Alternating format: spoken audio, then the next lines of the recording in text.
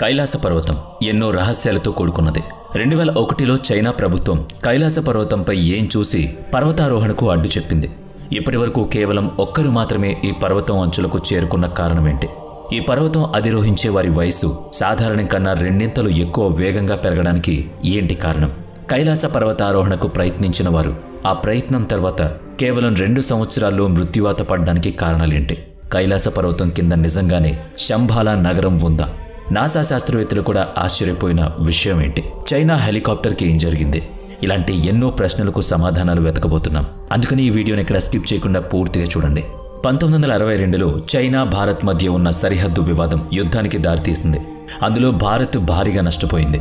ఈ యుద్ధ పరిణామం వల్ల చైనా భారత్కి చెందిన 72,000 మైళ్ల భూభాగాన్ని కబ్జా చేసింది. అందులో కైలాస పర్వతం కూడా ఉంది. భారతీయులు అందరూ ఈ విషయాన్ని జీర్ణించుకోలేకపోయారు. పార్లమెంటులో డెహ్రాడూన్ ఎంపీ మహావీర్ త్యాగి అప్పటి ప్రధాని జవహర్లాల్ నెహ్రూను కలిశారు. నెహ్రూను ఒక ప్రశ్న అడిగారు. ఆ ప్రశ్నతో మహావీర్ చరిత్ర పుటల్లో నిలిచిపోయారు. త్యాగి నేరుగా నెహ్రూను, మీ కళ్ల ముందే చైనా 72,000 చదరపు మైళ్ల భూభాగాన్ని ఆక్రమించుకుంది. ఆ భూమిని మాకు ఎప్పుడు తిరిగి తీసుకొస్తున్నారు అని అడిగారు. దానికి నెహ్రూ ఇచ్చిన సమాధానం ఇప్పటికీ ప్రజల హృదయాల్లో ప్రతిధ్వనిస్తూనే ఉంది. పోయిన భూమి ఎలాగో పోయింది. బంజరు భూమి అది. కనీసం గడ్డి కూడా పెరగదు. అనవసరంగా దాని గురించి ఆలోచించొద్దు అన్నది నెహ్రూ ఇచ్చిన సమాధానం. ఆ సమాధానం విని త్యాగి ఆవేశానికి లోనయ్యారు. వెంటనే నెహ్రూ వైపు తన బట్టతలను చూపిస్తూ, ఇక్కడ కూడా ఏదీ పెరగదు, మన శరీరం నుంచి దీన్ని వేరు చేయగలమంటారా అంటూ కోపంగా అడిగాడు. కొన్ని సంవత్సరాలు ఈ వివాదంపై చర్చ నడుస్తూనే ఉంది. కనీసం చైనా కైలాస పర్వతాన్ని, మానస సరోవరాన్ని మనకు వదిలేస్తే చాలు అనుకున్నారు అందరూ. మన దౌర్భాగ్యం కొద్దీ 1950లోనే సర్దార్ వల్లభాయ్ పటేల్ మరణించారు. ఇక నెహ్రూను అడ్డగించి ప్రశ్నించే వాళ్ళు కూడా లేకపోయారు.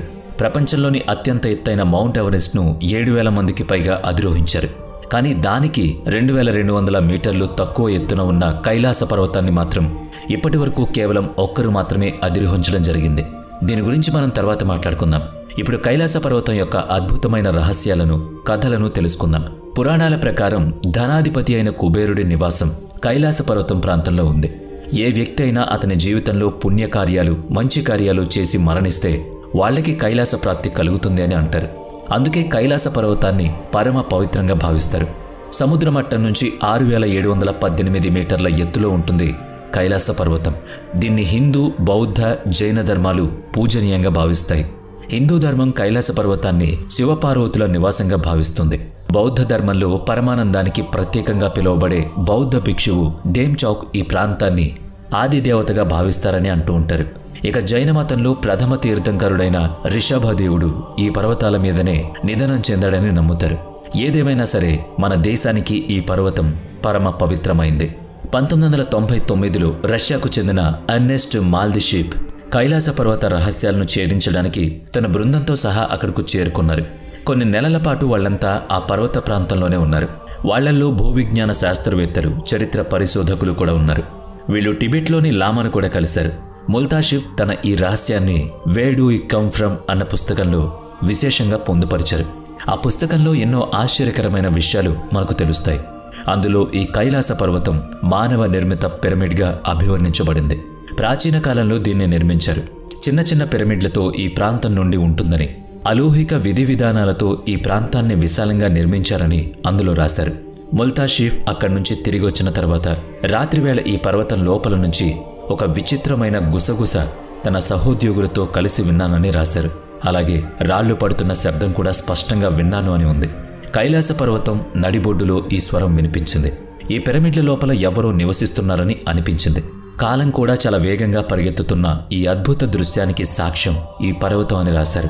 కైలాస పర్వతం నుంచి వచ్చిన తర్వాత వారి గోళ్లు, జుట్టు 2 రోజుల్లోనే విపరీతంగా పెరిగాయని రాశారు. సాధారణంగా అవి పెరగడానికి కొన్ని వారాల సమయం పడుతుంది. అంతేకాకుండా శరీరం త్వరగా ముడతలు పడి వృద్ధాప్యం కూడా వచ్చిందట. కైలాస పర్వతం మీద సమయం చాలా భిన్నంగా ఉంటుందని గుర్తించారు.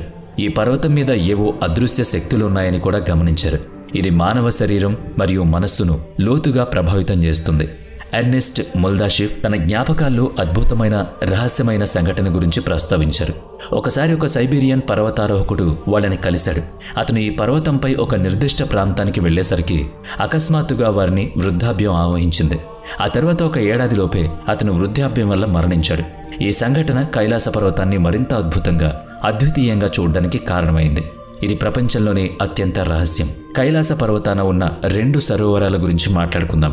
ఒకటి మానస సరోవరం, రెండవది రాక్షస సరోవరం. 2 పక్కపక్కనే ఉంటాయి, కానీ వీటి తీరు మాత్రం పూర్తిగా వ్యతిరేకంగా ఉంటుంది. మానస సరోవరం ప్రపంచంలోని అత్యంత ఎత్తైన మంచినీటి సరోవరం. ఆ నీరు స్వచ్ఛతకు, ప్రశాంతతకు ప్రతీక. ఇంత ఎత్తులో ఉన్న చల్లని నీరు ఉన్న ఈ సరోవరం నీరు గడ్డకట్టదు. అలాగే ఈ నీటిలో అలలు కూడా రావు. దీని ఆకారం గుండ్రంగా ఉంటుంది. సూర్యుని ఆకారం దాని పవిత్ర జలాల్లో కనిపిస్తుంది. ఇది చూసిన ప్రతి ఒక్కరికి ఆశ్చర్యంగా అనిపిస్తుంది. ఇక రాక్షస సరస్సు ప్రపంచంలోనే ఎత్తైన ఉప్పు నీటి సరస్సు. దాని నీటిలో చాలా ఉప్పు ఉంటుంది. ఈ సరస్సులో ఏ జీవము నిలవదు. ఒక్కోసారి ఈ నీరు అల్లకల్లోలంగా కూడా మారుతుంది. ఈ నీరు సేవించినా, ఈ నీటిలో స్నానం చేసినా చాలా అశాంతిగా, ప్రతికూల ప్రభావాలు కలుగుతూ ఉంటాయి. ఈ సరస్సును సాక్షాత్తు రావణాసురుడు నిర్మించాడని చెబుతారు. కైలాస పర్వతంలో ఉన్న శివుణ్ణి ప్రసన్నం చేసుకోవడానికి వెళ్ళినప్పుడు ముందుగా ఈ రాక్షస సరస్సులో స్నానమాచరించి ధ్యానం చేశాడని, అందువల్ల ఈ సరోవరంలో అసురుల శక్తులు ఉన్నాయని నమ్ముతారు. ఈ సరస్సులో స్నానమాచరించిన తర్వాత రావణుడి మనస్సులో కూడా కుటిల ఆలోచనలు వచ్చాయని అంటారు. 2 సరస్సులు ఒకే భౌగోళిక ప్రాంతంలో ఉన్నప్పుడు రెండిటి మధ్య ఇంత వ్యత్యాసం ఎలా వచ్చింది అన్నది ఇక్కడ ఆలోచించవలసిన విషయం. కైలాస పర్వతం, మానస సరోవరం చుట్టూ ఒక రహస్యమైన ధ్వని వినిపిస్తుంది. ఈ పర్వతం మీదకి చేరుకోగానే ఆకాశంలో ఏదో విమానం తిరుగుతున్నట్టు అనిపిస్తుంది. కానీ క్షుణ్ణంగా పరిశీలిస్తే ఎవరో డమరుకం వాయిస్తున్నట్టుగా ఉంటుంది. కొంతమంది అది ఓంకారం అని అంటూ ఉంటారు. ఇది ప్రాకృతిక ఘటనగా వైజ్ఞానికులు పేర్కొంటున్నారు. మంచు కరిగినప్పుడు ఈ శబ్దం వస్తుంది అన్నది వాళ్ళ భావన. కానీ చాలామంది అన్వేషకులు మరియు ప్రయాణికులు ఈ ధ్వనిని కేవలం యాదృచ్ఛికం కాదు, దైవిక సంకేతం అని నమ్ముతారు. కైలాస పర్వతంలోని శక్తివంతమైన శక్తి, ఆధ్యాత్మిక శక్తి వల్ల ఈ నినాదం వినపడుతోంది అంటారు. అయితే ఇది ఓంకార నాదమా లేక మంచు కరిగినప్పుడు వస్తున్న శబ్దం అనేది ఇప్పటికీ రహస్యమే. కైలాస పర్వతం యొక్క రహస్యం కేవలం శతాబ్దాలకు మాత్రమే సంబంధించింది కాదు. చాలామంది ప్రయాణికులు రాత్రివేళ కైలాస పర్వతాన్ని అధిరోహించారు. వారికి ఈ పర్వతం 7 వివిధ రంగుల్లో కనిపిస్తుంది. ఈ రహస్యం ఎవరికీ అర్థం కాలేదు. నాసా శాస్త్రవేత్తల ప్రకారం కైలాస పర్వతం చుట్టూ ఉన్న ఆకాశం వల్ల అయస్కాంత శక్తి కలిసినప్పుడు ఇలా రంగురంగులుగా కనిపిస్తుంది. ఇది అయస్కాంత శక్తా లేక దైవిక శక్తి అనేది ఇప్పటికీ రహస్యమే. మీరు హిమాలయ యతిని గురించి వినే ఉంటారు. హిమాలయాల్లో కైలాస పర్వత ప్రాంతంలో కనిపించిన యతి, అక్కడ ప్రాంతాల్లో నివసించే ప్రజలు చాలాసార్లు యతిని ప్రత్యక్షంగా చూశామని చెప్పారు. కానీ ఈ రోజు వరకు దానికి సరైన సాక్ష్యం లేదు. ఈ విశాలమైన మనిషి ఎక్కడివాడు? ఎలుగుబంటి అవతారంలో ఎందుకున్నాడు? ఎవరైనా పురాణ పురుషుడా అనేది తెలియదు. టిబెట్, నేపాల్ ప్రజలు మాత్రం అతన్ని అక్కడక్కడా చూశామని చెప్తూ ఉంటారు. కొంతమంది ఇది అడవి జంతువు అని, మనుషులను చంపుతుంది అని కూడా అంటారు. కానీ అసలు ఏంటన్నది ఎవరికీ తెలియదు. ఈ విషయం కూడా కైలాస పర్వత ప్రాంతాన్ని మరింత రహస్యమయం చేసింది. శాస్త్రవేత్తలు కూడా దీనిపై పరిశోధన చేస్తున్నారు. కొంతమంది పరిశోధకులు స్నోమ్యాన్ అని నమ్ముతున్నారు. భయం గొలిపే మానవ అవశేషమని కూడా చాలామంది అంటున్నారు. ఎందుకంటే హిమాలయాల్లో మానవుడి యొక్క శరీరం కానీ ఇతర భాగాలు కానీ అక్కడ మంచులో దొరికిన సందర్భాలు లేవు. దాదాపుగా 30 మంది శాస్త్రవేత్తలు ఈ ప్రాంతంలో హిమమానవులు నివసించగలరని ప్రస్తావించారు.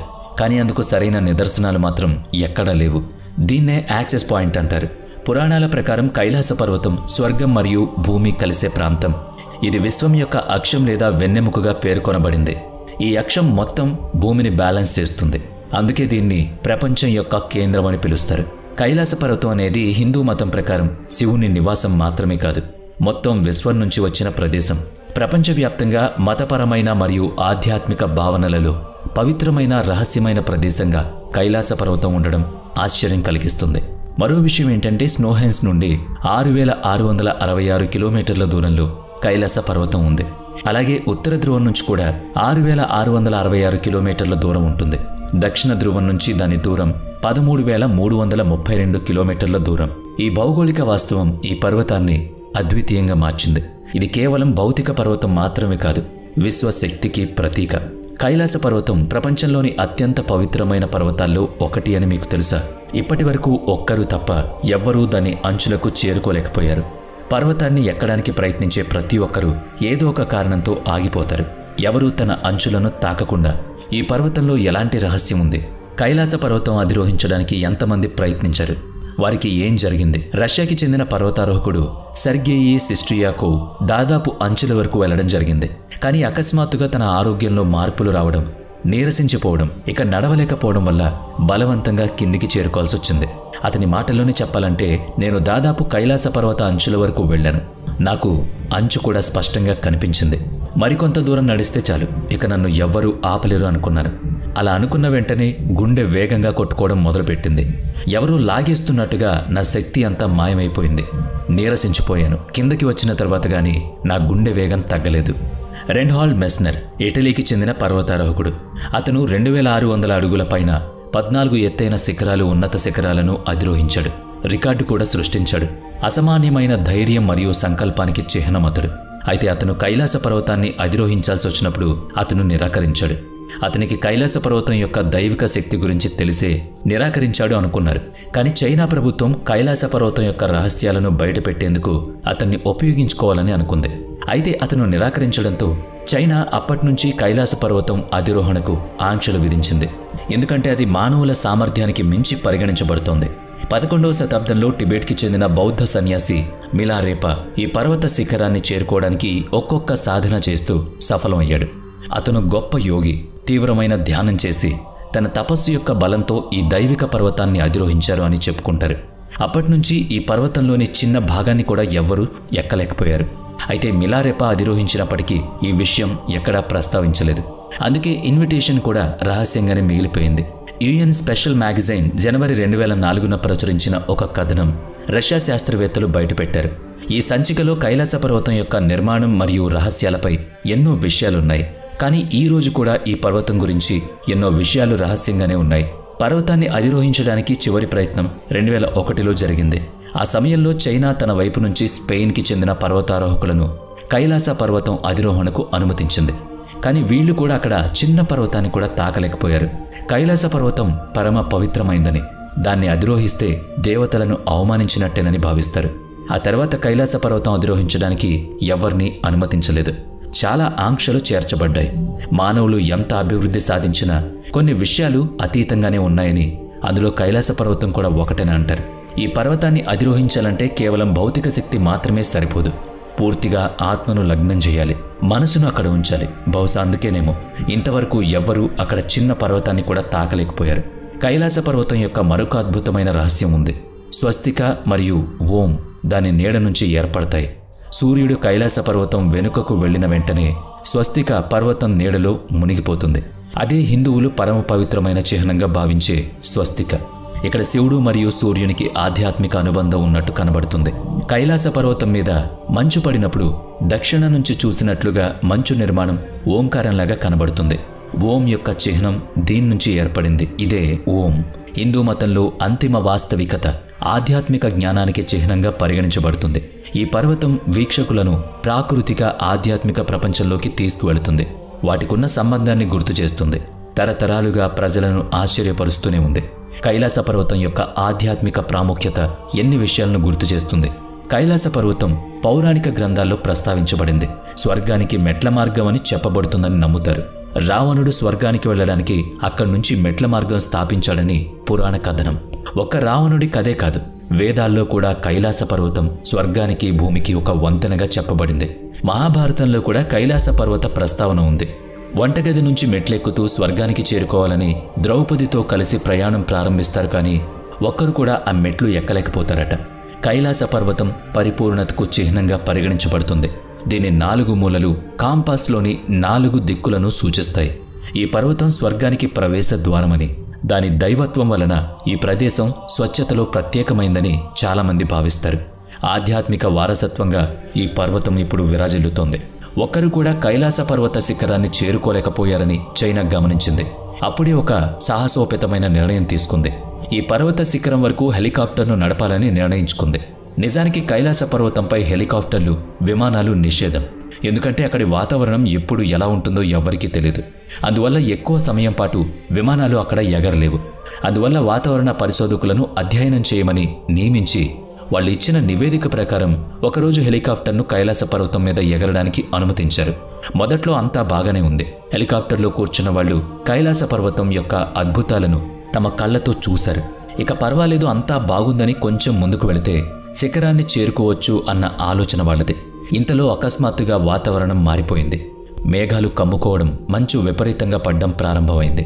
ధైర్యాన్ని కూడగట్టుకుని హెలికాప్టర్ను కొంచెం పైకి తీసుకువెళ్లారు. అప్పుడు మెరుపులు మొదలయ్యాయి. హిమపాతం మొదలైంది. ఆ ఎత్తులో గాలి పీడనం పెరగడంతో హెలికాప్టర్ని నియంత్రించలేకపోయారు. చాలా కష్టంగా మారింది. చైనా శాస్త్రవేత్తలు కైలాస పర్వతం ప్రత్యేకమైన భౌగోళిక స్థానమని కనుగొన్నారు. అన్ని దిశలు కలిసి వస్తాయి కాబట్టి దిక్సూచి గందరగోళానికి గురైంది. ఇక చేసేదేం లేక హెలికాప్టర్ను కిందకు దింపి వెనక్కి వెళ్లాల్సొచ్చింది. కిందకి వస్తున్నంతసేపు వారి గుండె వేగం అమాంతంగా పెరిగింది. కానీ సురక్షితంగా కిందకి దిగ్గలిగారు. ఈ సంఘటనతో చైనాకు ఈ పర్వతాన్ని అధిరోహించడం కానీ రహస్యాన్ని తెలుసుకోవడం కానీ వాళ్ల చేతుల్లో లేదని అర్థమైంది. చైనా విఫలమైన తర్వాత అమెరికా అంతరిక్ష సంస్థ నాసాకి ఈ పర్వతం మీద ఆసక్తి పెరిగింది. 2015లో ఒక ఉపగ్రహాన్ని కైలాస పర్వతం వైపు గురిపెట్టి వాటి రహస్యాన్ని తెలుసుకోవాలని అనుకుంది. ఆ పరిశోధనలో వచ్చిన ఫలితాలు, ఫోటోలు చూసి అత్యంత ఆశ్చర్యం పొందారు. కైలాస పర్వతం మీద ఒక రూపం కనిపించిందని. ఆ పర్వతాలపై ఒక మూర్తి ధ్యానంలో కూర్చున్నట్టుగా ఉంది. ఈ అద్భుతమైన దృశ్యం ప్రపంచాన్ని ఆశ్చర్యపరిచింది. కొంతమంది ఆ మూర్తిని శివుడితో పోల్చితే మరికొంతమంది శివుడే ధ్యానముద్రలో ఉన్నాడని చెబుతున్నారు. ఈ సంఘటన కైలాస పర్వతం యొక్క పవిత్రతకు, ఆధ్యాత్మికతకు చిహ్నంగా మారింది. అయితే అదేంటి అన్నది ఎవరికీ తెలీదు. డాక్టర్ ఎర్నెస్ట్ మొల్డాషివ్ ప్రస్తావించిన విధానం మనం ప్రాచీన రష్యన్ చిత్రకారులు నికోలస్ రోరిగ్ యొక్క చిత్రాలను చూసినప్పుడు కైలాస పర్వతం కింద ఒక అద్భుతమైన మాయా నగరం ఉంది అని తెలుస్తుంది. దీన్ని శంబాలా అని పిలుస్తారు. శంబాలా సంస్కృత పదం, నిశ్శబ్ద ప్రదేశం అని దీని అర్థం. విష్ణు పురాణం ప్రకారం ఇది పవిత్ర స్థలం. విష్ణువు చివరి అవతారం కల్కి శంబాలాలోనే జరుగుతుందని నమ్ముతారు. అయితే ఈ నగరాన్ని కేవలం పుణ్యాత్ములు మాత్రమే చూడగలరని, యోగులు, ధ్యానం చేసేవారికి మాత్రమే ఆ అదృష్టం ఉంటుందని అంటారు. అయితే శంబాలా నగరం యొక్క రహస్యం ఇక్కడే ఆగిపోలేదు. మన పురాణ కథల ప్రకారం చిరంజీవులైన హనుమంతుడు, అశ్వత్థామ ఈ నగరంలోనే ఉన్నారని అంటారు. అక్కడ నివసించే వారికి అసాధారణ బుద్ధి, అత్యాధునిక సాంకేతికత ఉన్నాయని అంటారు. వాళ్ళు టైం ట్రావెల్ కూడా చేస్తారని, టెలిపోర్ట్ చేస్తారని, ఏలియన్స్తో సంబంధం కలిగి ఉంటారని కథనం. అయితే ఇదంతా మన ఊహ మాత్రమే. వీరికి అసంభవం అన్నదే లేదు. ఎందుకంటే వీళ్ళు భవిష్యత్తును చూడగలుగుతారు. కైలాస పర్వతం అడుగు భాగానే ఉన్న ఈ నగరం ఎప్పటికీ రహస్యమే. ఎందుకంటే ప్రకృతికి, ఆధ్యాత్మికతకు, సాంకేతికతకు ఈ నగరం ఎంతో ప్రత్యేకంగా నిలుస్తోంది. ఏది ఏమైనా కైలాస పర్వతం ఒక అద్భుతం. ఆధ్యాత్మిక ప్రదేశంగానే కాదు, సైన్స్కి కూడా అందని రహస్యాలు, శాస్త్రవేత్తలకు సంబంధించిన విషయాలు, ఎన్నో కథనాలు దీంట్లో దాగున్నాయి. ఇలా చెప్పుకుంటూ పోతే ఎంత చెప్పినా ఇంకా మిగిలే ఉంటుంది ఈ పర్వతం గురించి. జీవితంలో ఒక్కసారైనా కైలాస పర్వతాన్ని చూడాలి అనుకునే వాళ్ళు మన భారతదేశంలో 100% ఉంటారేమో.